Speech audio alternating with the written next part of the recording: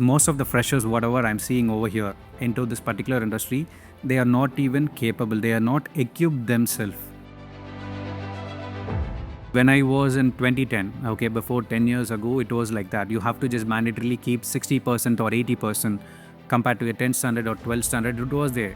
We'll have to just study in the B schools or something like that. Now it has been completely changed, I would say, because most of the people, what do they do is post completing their undergraduation or something for the management studies, like they spend around 30 lakhs to 40 lakhs. They'll take their loan of the parents. They used to study MBA, and they'll also be working as a part-time, like they'll be working in the hotels or something, restaurants or something as a part-time pay money. But what happens after completing the course?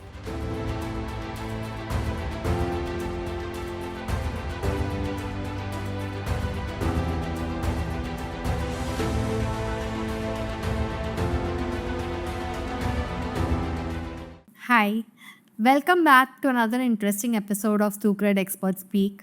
Today we have with us a very interesting guest with over 10 years of experience in hiring in IT industry. He is here to talk about how you can differentiate yourself and getting hired today in the IT market. So Arvind, thank you for coming in. It's a pleasure having you here. Let's start with getting to know you a little better. Thanks, Rashmi. Thanks for this wonderful opportunity. It's been a pleasure to be over here. So, what does I do is I'm a fractional talent advisor. I run an individual business IT consulting called NIBE. So, what I actually do is I help CXO founders, those who want to really start up over here in India. So, I'll be the core person to contact. So, I'll be just able to just recruit for you right from the scratch of the office. So if you want to build something over here, especially over here in India, the labor market is very much cheaper over here. So if you are a founder or an investor who is willing to invest over here in India, then I'm the guy that you're looking for. And coming into my past experience, I have 10 plus experience over here into HR industry. So my basics, my core is lies into talent management. And apart from that, recruitment is a part of my complete job on a day-to-day activity, and also have 6+ years of experience in merger and acquisition role. And that's how I landed over here in this business consulting firm. Arvind, let's start with a very interesting and a very important topic, which is when students pass out of college today, are they really ready to get hired by companies in the IT sector? Brutally, I would say no, because most of the freshers, whatever I'm seeing over here into this particular industry, they are not even capable. They are not equipped themselves, I would say. Because on a daily, day-to-day basis, I screen a lot of profiles, resumes, especially fresher profiles over here. Do you think how many minutes a recruiter will see? Can you just give me an answer? 2 minutes? 20 seconds. Oh my To God. screen a resume, it will take only 20 seconds for a recruiter to do. So within that, you have to create an impression that, hey, I'm the best fit for you. So most of the candidates, what they used to do is, especially freshers, have a professional email ID when it comes to when you're sending out your resume. And don't keep like rakeshkismi@gmail.com or Priya Honey, because I could see some kind of a generation, this So generation all the keeps college that. email IDs. Yeah, that's what. So first thing, you have to have a professional email ID. And the next thing, what you have to do is you have to talk about your achievements during your internship. It is not your regular internships or something. So in internships, what kind of a projects that you have really taken? So highlight some of the projects or something, because we always see the achievements, how you have impacted. If I'm just going to hire him or her, how he or she is going to just raise the bar. So if I hire somebody, including your experience or a fresher, I always benchmark with the existing people. If this particular hire comes, either he'll be just raising the bar or pulling the bar down. So to show this, your resume is up to the level. So make sure you accomplish all the achievements, whatever you have, your project, special kind of a projects, you can just mention it over here. And also take your internship much more seriously. I can just quote a very different examples. So people, those who are just into an internship, they do some freelancing activities, they do some entrepreneurship, they try to explore within themselves. So these are the kind of people that we need in the market, because the more you go, like I'm just talking about the future, when you just go to the future, it is like more like an agile. On a day-to-day basis, it is like a change management. So we wanted a person who is agile in nature, who is ready for the change management, who is able to do all sorts of things, even like a plug and play. We don't wanted to have a person who will be training. We are ready to train, but we wanted to have a person who can learn fast and perform the jobs fast. So that is the expectation from the fresher. What are the most common types of mistakes done by freshers which cost them the job during their interview? Okay, as I said, the first problem is the resume. They'll be having the same templates. They'll be copy pasting their friend's resume or something. Even I had this previous one. Before 2 days, there was a LinkedIn message. This guy was randomly sending, "Dear Priya ma'am," and he didn't change the name. Simply copy pasted in my LinkedIn. I said, "Kindly change your name, then you can just do something." Oh, so Even sad. though if you're just copy pasting it, do it into a very proper way, because these are all some of the things that it will highlight. It will speak about you. What kind of a person are you? That's what I'm not trying to bias or being judgmental, but these are all some of the things that they are doing it in the market, especially. And then creating a 4 pages resume, it doesn't work at all. For a fresher, 1 page resume is enough. And for your accomplishment, say for example, if you are a product guy, you can always create a GitHub profile. That is the latest trend. And you can also paste your LinkedIn is must. So I don't know how many people are active in the LinkedIn. So nowadays, Students very less. I mean, it's so sad. Students are so scared to put their profiles on LinkedIn. no, LinkedIn is your visiting card because it is a business to business. So if I want to just see your authenticity, hey, this candidate is real or not, I'll immediately just go to the LinkedIn and see. And if I have any kind of a mutual connections, I can also just reach out to them. So that is the reason we are asking you to just maintain the LinkedIn profile. In LinkedIn, what you can just do in your college activities, you can talk about your internships. In case if you have any doubts, you can just ask them in the open forum. And that is easily available for them. It is available for the free of cost, but they are not utilizing it. If you want to speak with any mentor or any kind of senior professionals, you can always reach out to them. So the best suggestion I would say is, in case if you're not active in LinkedIn, please start using LinkedIn and start writing onto it and posting into it. So I want to understand, one big challenge that I observe in young people is poor communication skill. Yes. But in the IT sector, is it absolutely mandatory to really have amazing English? Or if you're really strong at your skills, it doesn't matter whether your English is flawless or not? How does it actually work in the IT Okay, sector? let me just put it in this way. Knowledge, skills, and attitude. So comes and join as a passion or work. We can just call it. In this, for doing a performing a work, you need knowledge. You have the required skills. Your attitude is the most. But for all this, so you have to able to explain what kind of a work that you're doing it. For that, communication is mandatory. So people would say, "Hey, I'm a techie guy, but I'll not be able to communicate." It doesn't work in that way. But are you okay with people talking in their regional languages? No, do you think the Fortune 500 companies recruit these kind of people, or how it is? I'm asking you. English, of course. That's what. So people have this myth, okay, like, hey, if I'm just good and technical, they'll be recruit. Those days are gone. Very much I agree. Only a partial kind of like 10 years to 15 years, it will be helpful for you in your career. But the more you climb up your ladder, you have to be a leader, you have to be a mentor, and people will start inspiring you. So for that inspiration, you have to communicate a lot. That is the reason I'm just saying, in case if you're weaker in communication, you have to start right from the college days. So how you can enhance your communication is by reading a lot of books. There is a lot of self-help books is available there. Read them and write them. So that once you jot down the points, you'll get a sense of clarity out of it, what is there into your mind. So I would say for this particular generation, it is completely absent into it. How important is upskilling or doing courses during final year or third year so that you're able to differentiate yourself while you're appearing for an interview with thousands of other freshers in the market? Getting additional courses, it is an optional one. Say for example, you're doing an MBA or MSW, first try to complete that, understand the syllabus, give your best into it. Just do that very well. That is enough. That's what I'm saying.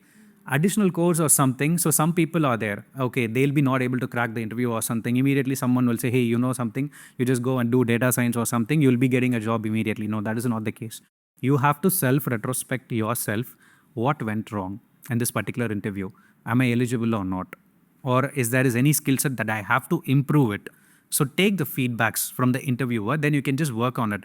See, additional courses will be helpful like only at a point of time. It is helpful almost at the time of promotions, okay? It is not going to act as a major or something unless you are like into a product. Say for example, if you are a product guy, then you need to upskill yourself like Python, JavaScript or React Plus or something. You can take some courses. There are so many institutes who train them. You can just do it. But apart from that, if you ask whatever your stream is, like you are into engineering graduate or you are an arts graduate, you focus on your studies first. You be thorough with your syllabus. That's enough. You spoke about attitude. What is the attitude that can really truly get you hired? Attitude is very important. Like skill can be taught, knowledge can be also taught. When it comes to interview, we actually see the attitude of the candidates. Even have received when I used to call, the first call tells you much more because I used to carry the brand. Hey, hello, how are you? Hi, how are you? So the reflection opposite side, how do they respond to it? If they use any kind of, I remember there is one of the incident. Okay, there was one guy who picked up a call like, hello, who is it? I said, hey, I'm Arvind. I'm just calling for a job opportunity. So what do you wanted to?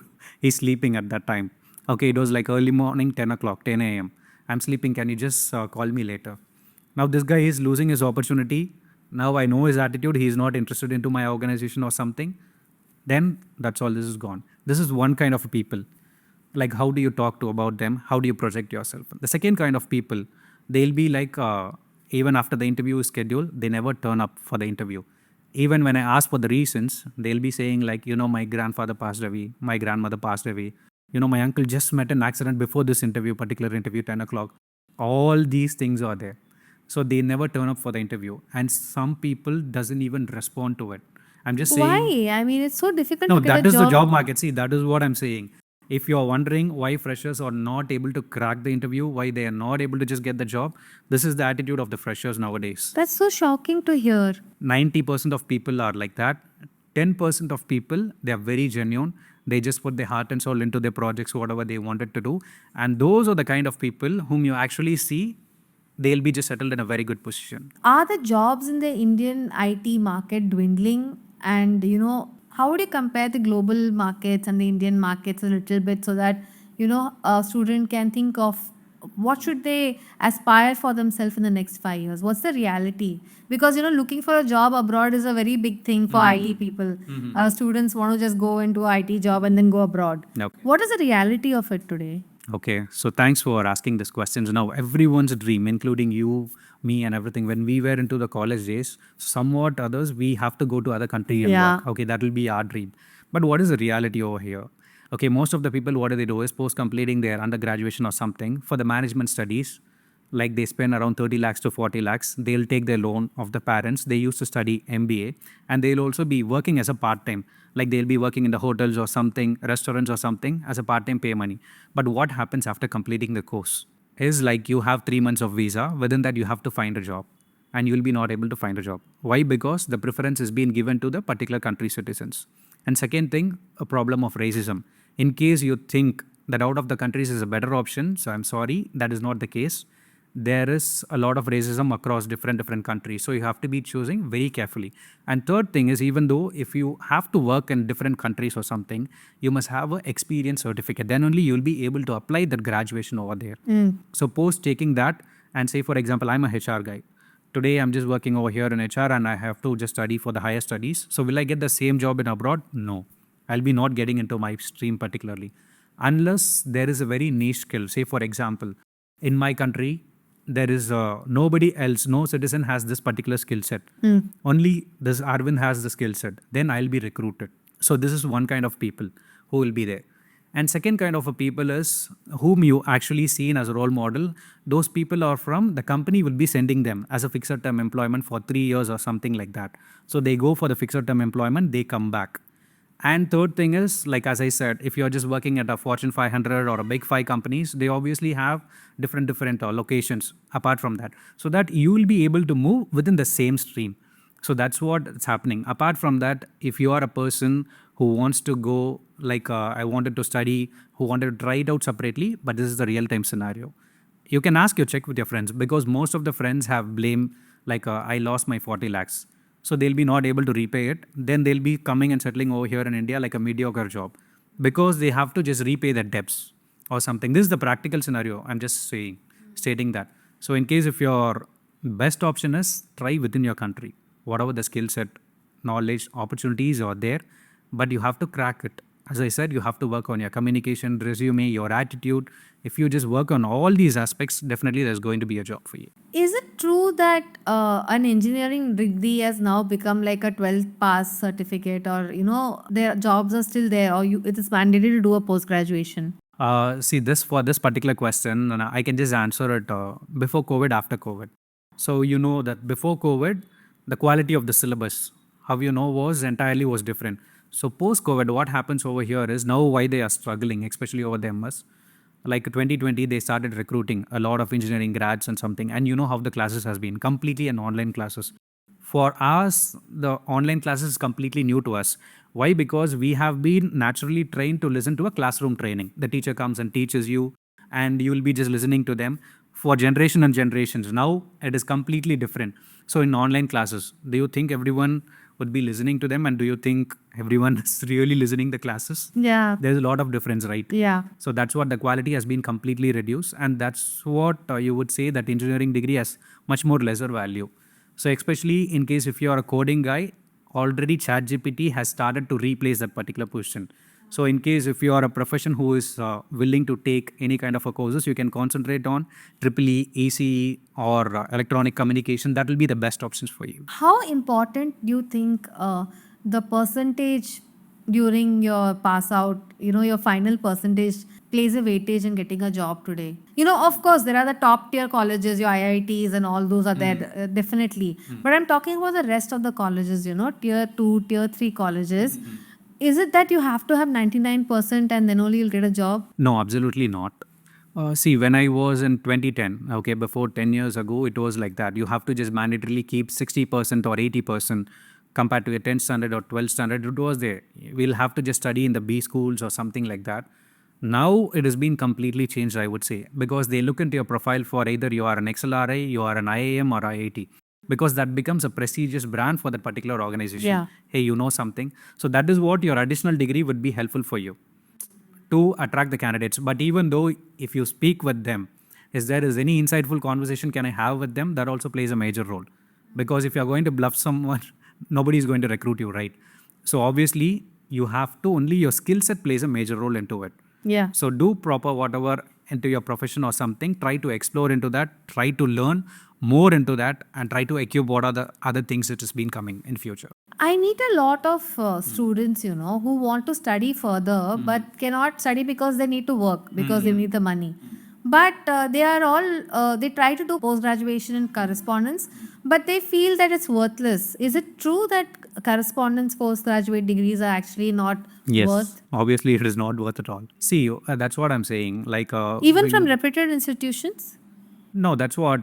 See, first thing is like we'll talk about the practical scenario of the Indian, how our parenting, and everyone knows. Like out of 100%, 80% of the family has been the breadwinner of the family. Someone would be the first graduate within their families and all. So it is mandatory to just go and work with them. Okay, now you just go for work. Always, we have only two options: either you become an engineer or you become a doctor. So now only the trend has been changed into different professions. Okay, because even I didn't have the option. Either you have to just become an engineer or you have to become a doctor. I came out within that myth.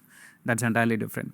So what I'm trying to say over here is they can just focus on the existing job. Your post graduation is not going to help you. That's what I'm saying. So don't do any kind of a post graduation or something. Don't waste your money.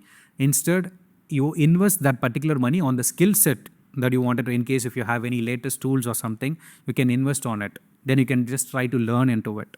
And HR profession especially, now it has become a tech savvy HR.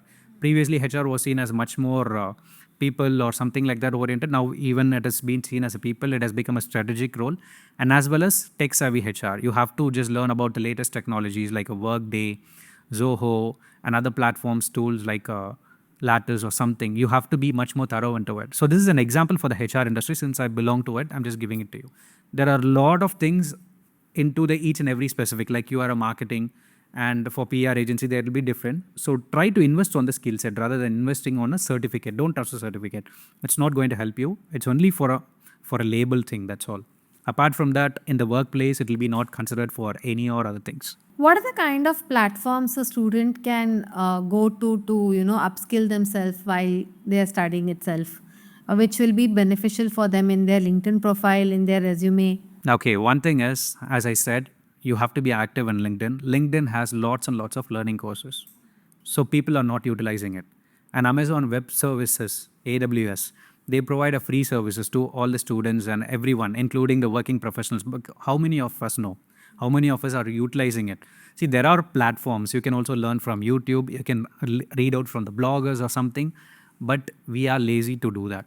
So my advice is to and suggestion is to just spend at least 1 hour for yourself, okay, to upskill yourself. Hey, in case if you think you're very bad at communication, just see a lot of communication videos, just read some self-help books or something, just seek for the mentorship or something, how to you enhance. So that is what you try to equip yourself, your skill set. That's what I'm saying. Arvind, would it be okay if I take your email ID, at the end of this episode so that students who want to get advice or guidance can reach out to you through email after watching this? Because it's been very insightful. And I think this is a need of the hour. Students need to understand. All parents try to guide their kids. They have done this many decades ago. Today, the industry and the market is completely different. And you are able to explain the realities of what the industry is. So I think at the end of the episode, I'm going to take your email ID and share it with our students and viewers. Is there something you would like to share with students, trying to just enter their career phase of their life? Enter the career phase of their life. Anything you want to share? Okay, there are two different things, okay? You have to get into any job, or you wanted to get the job with the purpose. So find out your purpose. Clarity comes first. So why you need this job? Ask within yourself. Some people would be good at something. So it is simple, okay? Just take down a paper. So write it down, what are your 10 different skills? Write down your 10 different strengths. And that you identify what is liking you the most. Like you talk with people, communication. Like you like to just bond with people, networking or something. You'll be able to find out your strength. And based on that, you make that as a profession. You should enjoy. So that's what I'm trying to say. It is not like every day you come, wake up and you see like, today I'm just going to do this job. Okay, it's boring. So don't be like that. Your hobby should be a profession. In case if it turns, it is really good. And apart from that, I also used to write blogs and LinkedIn posts about all these things, what's happening in the market. You can also read out my blogs and videos you can check out. You can also just ask the questions. I think in case if the students have any kind of a questions or doubts, I'll be happy to answer that. Sure. Thank you so much, Arvind. And I'll meet you in the next episode. Thank you for being here. Thank you. Yeah. Thank you so much, Ash.